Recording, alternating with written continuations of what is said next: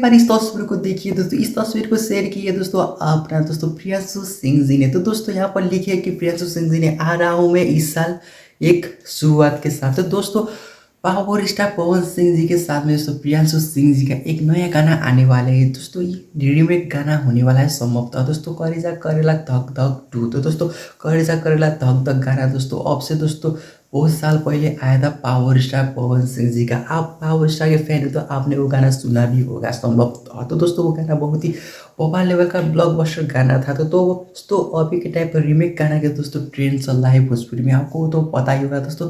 अभी के टाइम पर दोस्तों खेसारी लाल यादव जी का भी एक रीमेक गाना आया था, कितना बवाल हुआ था वो आपको पता ही होगा। तो ऐसा ही दोस्तों रीमेक गाना हो सकता है ये भी दोस्तों करेजा करेला धक्का धक 2। तो दोस्तों ये गाना में पावर स्टार पवन सिंह जी और दोस्तों प्रियांशु सिंह जी दोनों को आप शायद देख सकते हो, क्योंकि दोस्तों प्रियांशु सिंह जी ने बोला है कि नया शुरुआत होने वाला है। तो दोस्तों हो सकता है कि दोस्तों पावर स्टार के साथ में दोस्तों सिंगिंग भी किए हो सकती है और दोस्तों एक्टिंग भी किए हो सकते हो। तो दोस्तों गाना आने के बाद ही पता चलने वाला है, टीजर आने के बाद पता चलेगा दोस्तों।